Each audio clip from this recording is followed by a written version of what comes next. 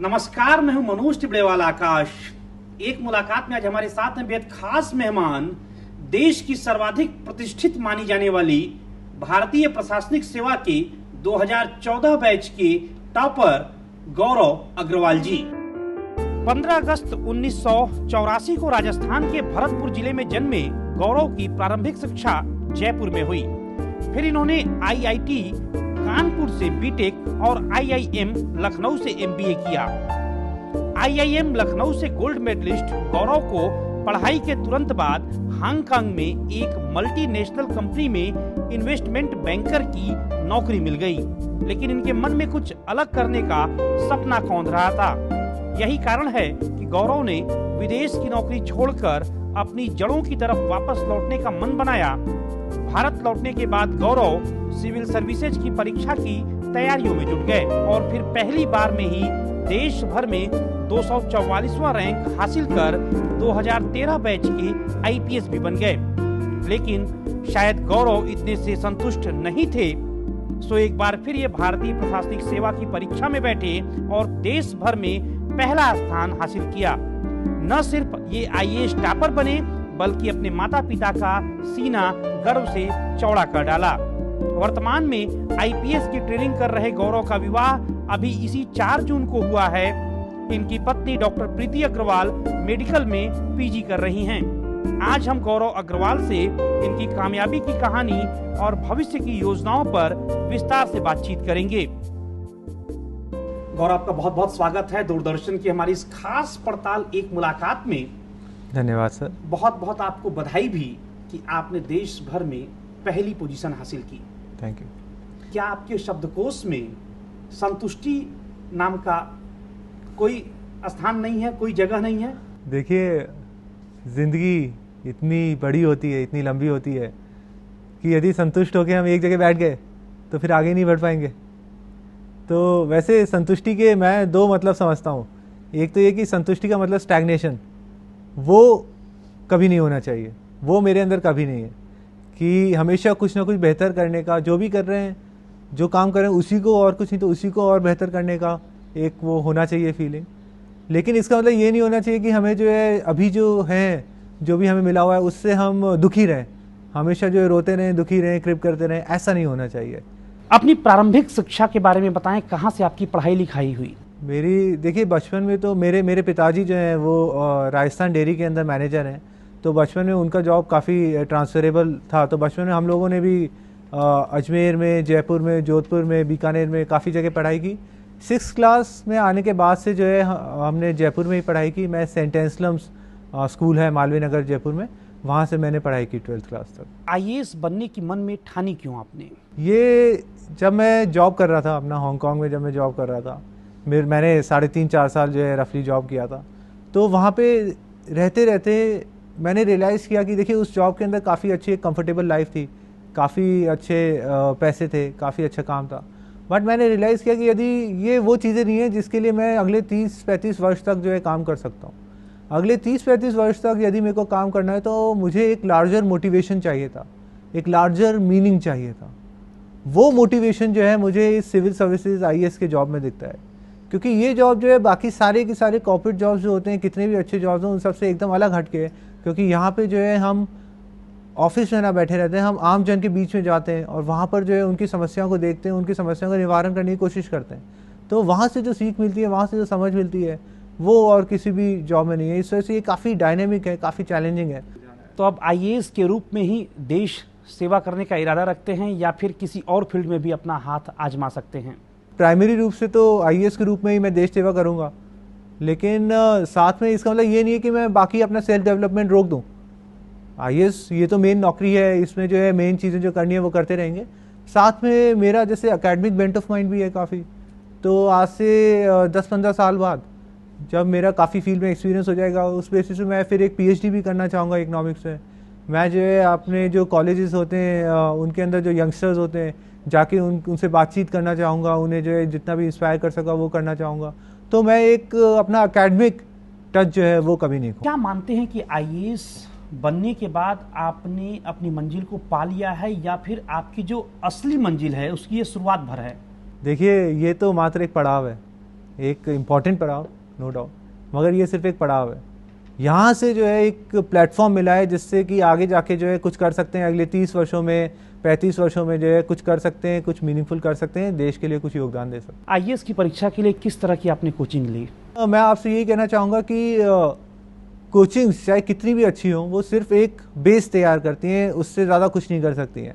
यदि आप सिर्फ कोचिंग के भरोसे रहेंगे तो आप उसे लिखवा के ले लीजिए, एग्जाम के अंदर जो मेंस एग्जाम है उसके अंदर आप 50 नंबर से ज़्यादा के सवाल अटेम्प्ट नहीं कर पाएंगे किसी भी पेपर में। अधिकतर परीक्षार्थी, उनके मन में एक धारणा सी बन गई है कि बिना कोचिंग के वे आईएएस के एग्जाम में सफल नहीं हो सकते। ये एकदम गलत धारणा है। इनफैक्ट मैं तो ये कहूँगा, यदि आप कोचिंग के भरोसे रहेंगे तो आप आईएएस के एग्जाम में कभी भी सफल नहीं हो सकते।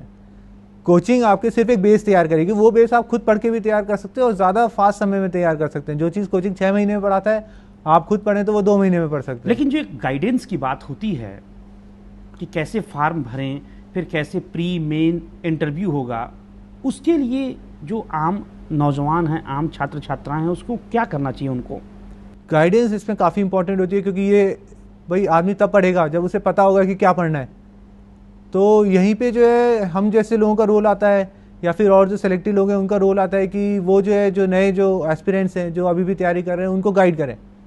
तो ये काम होता है, और मेरे ख्याल से यहीं पर जो है हमें और ज़्यादा कंट्रीब्यूट जो है करना चाहिए। आप प्रतिदिन औसतन कितने घंटे पढ़ते थे? देखिए, मेरा जो फर्स्ट अटैम्प्ट था उसमें मैं 10-12 घंटे पढ़ने की कोशिश करता था रोज़, और जो मेरा ये सेकंड अटैम्प्ट था उसमें मैं 6 से 8 घंटे पढ़ने की कोशिश करता था। लेकिन ये काफ़ी पर्सनल होता है, हर किसी की पर्सनल कैपेसिटी होती है, एक पर्सनल फोकस होता है, तो उसके बेसिस पे ही होता है। ये कोई ऐसे आपका गोल्ड स्टैंडर्ड नहीं होता कि जो है आप इतने घंटे पढ़ें, इतने घंटे ना पढ़ें, ये पर्सनल चीज़ है। एकाग्रता को आप कितना आवश्यक मानते हैं तैयारी के दौरान? बहुत आवश्यक। इनफैक्ट यदि आपकी एकाग्रता नहीं है तो ये तो एक तरह से आपकी चीटिंग करने की वाली बात है कि आप स्वयं से चीटिंग कर रहे हैं। ठीक है, तो एकाग्रता तो होनी चाहिए, पढ़ते समय भी होनी चाहिए, आप जब एग्ज़ाम लिख रहे हैं तभी भी एकदम एकाग्रता होनी चाहिए, वरना दिमाग में कुछ और चल रहा है, लिख कुछ और रहे हैं, तो आप प्रीलिम्स में तो गलती करेंगे, मेंस में भी कुछ और लिखाएंगे। तो एकाग्रता तो बहुत ज़रूरी है। तैयारी के दौरान जब कभी आपकी एकाग्रता भंग होती थी तो क्या कुछ आप करते थे? मैं शाम के टाइम पे रोज़ दौड़ने जाता था, तो मैं रोज़ाना जो है 2.5-3 किलोमीटर दौड़ता था। तो उससे क्या है कि एक लॉन्ग डिस्टेंस रनिंग से और शाम के टाइम पे दौड़ने से एक माइंड रिफ्रेश हो जाता है। अब हम कोई मशीन तो है नहीं कि 24 घंटे 7 दिन पढ़ सके, तो माइंड का रिफ्रेशमेंट जो है काफ़ी ज़रूरी होता है। मेरे जो परिवार वाले थे, मैं उनसे बातचीत करता रहता था। मेरी एक छोटी सी भांजी है, चिया उसका नाम है, मैं उसके साथ खेलता रहता था। तो ये सब माइंड को यदि प्रॉपरली रिफ्रेश रखेंगे तो फिर जब पढ़ने का समय होगा उस समय प्रॉपर जो है पूरी एकाग्रता बनी रहेगी। आप अच्छे से सोइए, अच्छे से खाना खाइए, आप जो है अच्छे एक माहौल में पढ़िए, तो ये सब चीज़ों की वजह से आप माइंड को प्रॉपर रिफ्रेश कीजिए तो अपने आप एक। गौरव, एक और धारणा जो परीक्षार्थी हैं उनके मन में रहती है कि जो बचपन से बहुत तेज होगा पढ़ाई में वही आईएएस बन सकता है, सिविल सर्विसेज के एग्जाम में सफल हो सकता है। क्या यह सही है? ये मेरे ख्याल से तो बिल्कुल सही नहीं है, क्योंकि बचपन से आपने क्या किया है वो इस परीक्षा में मैटर नहीं करता है। मैटर ये करता है कि आप इस परीक्षा के लिए क्या कर रहे हैं। तो इस परीक्षा में जो मेहनत करेगा वो इस परीक्षा में सफल होगा, और जो नहीं करेगा बचपन से वो कितना भी अच्छा रहा हो। मैं बहुत अपने मेरे फ्रेंड्स हैं कुछ जो काफ़ी ब्रिलियंट रहे, मगर इस परीक्षा में जो है मेहनत नहीं कर पाए तो उनका नहीं हुआ। तो मैटर यही करता है आप इस परीक्षा में कितनी मेहनत करते हैं। हमारे इस कार्यक्रम एक मुलाकात के सबसे ज़्यादा दर्शक युवा वर्ग के हैं। पिछले कई सालों से मैं आईएएस टॉपर्स का इंटरव्यू भी कर रहा हूं। जो इस समय प्रोग्राम लड़के लड़कियां देख रहे हैं, जो आईएएस की तैयारी करना चाहते हैं सिविल सर्विस एग्जाम की, उनको आप क्या सलाह देंगे सफल होने के लिए? सेल्फ बिलीफ रखना चाहिए, एक आशा रखनी चाहिए, क्योंकि क्या होता है कि ज़िंदगी में ऊंचे और नीचे तो दोनों फेजेस आते ही हैं। हम सक्सेसफुल भी होंगे तो हम फेल भी ज़रूर होंगे। तो फेलियर्स में ये है कि अपना सेल्फ बिलीफ नहीं खोना चाहिए, आगे बढ़ते रहने का प्रयत्न करते रहना चाहिए, क्योंकि यदि हम वहाँ पे बैठ गए तो फिर कभी हम आगे बढ़ ही नहीं पाएंगे, कभी जो है फिर दोबारा सक्सेस देख ही नहीं पाएंगे। और दूसरी चीज़ जो मैं कहना चाहता हूँ वो ये कि हमें करेजियस होना चाहिए, हमारे अंदर करेज होनी चाहिए, और सबसे बड़ी करेज ये होनी चाहिए कि हम हमारी जो गलतियाँ हैं, जो हमारी वीकनेसेस हैं, उनको एक्सेप्ट करें। क्योंकि नॉर्मली हमारे अंदर ये टेंडेंसी होती है हम अपनी गलतियों को एक्सेप्ट नहीं करते, उन्हें नेगेट करते रहते हैं, उन्हें दूसरे के ऊपर थोपते रहते हैं, किस्मत के ऊपर थोप देंगे, भगवान के ऊपर, किसी भी चीज़ के ऊपर थोपते रहेंगे। मगर हमारी जो गलतियाँ हैं हम उन्हें एक्सेप्ट करें, क्योंकि तब एक्सेप्ट करेंगे तभी हम उनको इम्प्रूव कर सकते हैं और तभी हम जो है आगे बढ़ सकते हैं। करंट अफेयर्स की जानकारी कितना महत्वपूर्ण होती है इस एग्ज़ाम के लिए? बहुत महत्वपूर्ण होती है। बिना उस जानकारी के तो आप इस एग्ज़ाम को देने की सोच भी नहीं सकते। और जिस तरह से पिछले 3-4 सालों में जो परीक्षा का ट्रेंड जो चेंज हो रहा है, करंट अफेयर्स का वेटेज और बढ़ता जा रहा है। बदलते दौर में इंटरनेट का युग आ गया है, सोशल मीडिया का आ गया है, इसको भी आप किस तरह देखते हैं इस परीक्षा की तैयारियों से जुड़? देखिए, ये इंटरनेट और सोशल मीडिया दोनों ही बहुत ज़्यादा इंपॉर्टेंट है आज की डेट में इस परीक्षा की तैयारी के लिए। क्योंकि अब क्या है कि सवाल उस तरह के नहीं आते हैं जो कि आपकी किसी एक किताब में दे रखे हों। सवाल आते हैं कि जो कि आपके कुछ हुआ हो, जिसके बेसिस पे आपको अपनी ओपिनियन लिखनी है, एनालिसिस लिखना है। और वो ओपिनियन एनालिसिस किताबों में तो मिलेगी नहीं, वो आपको मिलेगी इंटरनेट पे। आप देखेंगे किसी एक्सपर्ट ने कुछ कहा हो, या फिर आप कोई प्रोग्राम देख रहे हो जहाँ 4-5 एक्सपर्ट आके डिस्कस कर रहे हो, तो वहाँ पे आपको, इसलिए इंटरनेट का यूज़ तो काफ़ी बढ़ गया है। और इनफैक्ट न्यूज़ भी ये है कि हम नॉर्मली एक न्यूज़पेपर पढ़ते हैं, मगर उसके अंदर भी एक न्यूज़पेपर कितना सा कवर करेगा, और जो उसके अंदर भी हम कुछ चीज़ें छोड़ देंगे। तो उसके लिए भी हमें इंटरनेट पे जितनी सारी जो न्यूज़ वेबसाइट्स हैं, मैं क्या करता था, मैंने एक RSS फीडर के अंदर उन सारी वेबसाइट्स की फीस ले रखी थी। तो वहाँ पे मैं देखता रहता था कौन कौन सी मेरे काम की न्यूज़ है वो पढ़ता रहता है। इससे कवरेज जो है अच्छी हो जाती है। दूसरा आपने कहा सोशल मीडिया, तो सोशल मीडिया भी जो है इसमें बहुत ही इंपॉर्टेंट है, और स्पेशली जो इंटरव्यू के फेज़ में तो काफ़ी क्रूशल हो जाती है। क्योंकि जो ऑनलाइन कम्युनिटीज़ होती हैं, जो IAS की जो तैयारी कर रहे हैं लोग, ऐसी 2 कम्युनिटीज़ हैं। एक तो फोरम IAS है, और दूसरी ऑर्कुट पे अभी भी एक कम्युनिटी जिंदा है, इंटरव्यू प्रेप फॉर IAS करके। तो इन दोनों पे क्या होता है कि सारे IAS की तैयारी करने वाले लोग हैं, तो वो आके अपनी इंटरव्यू की जो है ट्रांसक्रिप्ट डालते रहते हैं। अब आपके जो एक्सपेक्टेड क्वेश्चंस हैं, जो इंपॉर्टेंट क्वेश्चंस हैं, वो डालते रहते हैं। तो जैसे मैं इस साल हैदराबाद में था, ट्रेनिंग कर रहा था, तो लेकिन हैदराबाद के बारे में मुझे कुछ नहीं पता था। तो सवाल यह था कि मैं क्या पढूं। तो फिर उन फोरम्स पे जो आंध्र प्रदेश, हैदराबाद के जो लोग होते थे, वो अपने जो करंट टॉपिक्स चल रहे हैं, रेलिवेंट टॉपिक्स चल रहे हैं, वो डालते रहते थे। तो इस तरह से वो काफ़ी इंपॉर्टेंट हो जाता है। और यदि कोई अभ्यर्थी ऑनलाइन तैयारी करना चाहे? मेरी खुद की जो है आप देखेंगे तो मतलब रफली 60-70% तैयारी तो ऑनलाइन ही हुई है। क्योंकि क्या होता है कि अब जैसे अधिकतर केसेस में कि आपके जो बिल्स होते हैं, पार्लियामेंट के अंदर जो बिल्स चल रहे होते हैं, वो काफ़ी इंपॉर्टेंट होते हैं। उनके ऊपर से 15-20 नंबर के सवाल आते हैं हमेशा। तो वो आपको जो है किसी इंटरनेट की एक वेबसाइट होती है PRSindia.org, उस पर मिलते हैं सारे के सारे। उसके बाद में आपके गवर्नमेंट जो होती है काफ़ी सारे कमिटीज़, कमीशंस वगैरह बनाती रहती है, जो जिनमें जो सारे एक्सपर्ट जो होते हैं वो डिबेट करते हैं और उसके बाद कुछ कंक्लूजन निकालते हैं। तो वो काफ़ी इंपॉर्टेंट होते हैं। जैसे कि आपका एडमिनिस्ट्रेटिव रिफॉर्म कमीशन है, उसकी वेबसाइट हुई, आपकी जो पुंछी कमीशन की रिपोर्ट्स हुई, तो ये सारी रिपोर्ट्स काफ़ी इंपॉर्टेंट होती हैं। आपकी प्लानिंग कमीशन की वेबसाइट पे आपका 12th 5-year प्लान आया है। उसके अलावा आप जैसे ये फाइनेंस कमीशन बनाए, उसकी रिपोर्ट वगैरह आएंगी। तो ये सारी जो चीज़ें होती हैं ये सिर्फ इंटरनेट पे ही मिलती हैं, ये सारी रिपोर्ट्स वगैरह, और इनमें से बहुत सारे सवाल आते हैं। यानी कि ऑनलाइन तैयारी अच्छी बात है? अच्छी ही नहीं बल्कि बेहद ज़रूरी बात है, यदि आपको जो है अच्छे से करना है तो। कुछ लोग यह भी मानते हैं कि IAS की तैयारी का पाठ्यक्रम काफ़ी लंबा चौड़ा और विस्तृत है। जी हाँ, क्योंकि आप देखिए कि जितने भी विषय आप सोच सकते हैं वो सभी विषय तो हैं इसके अंदर।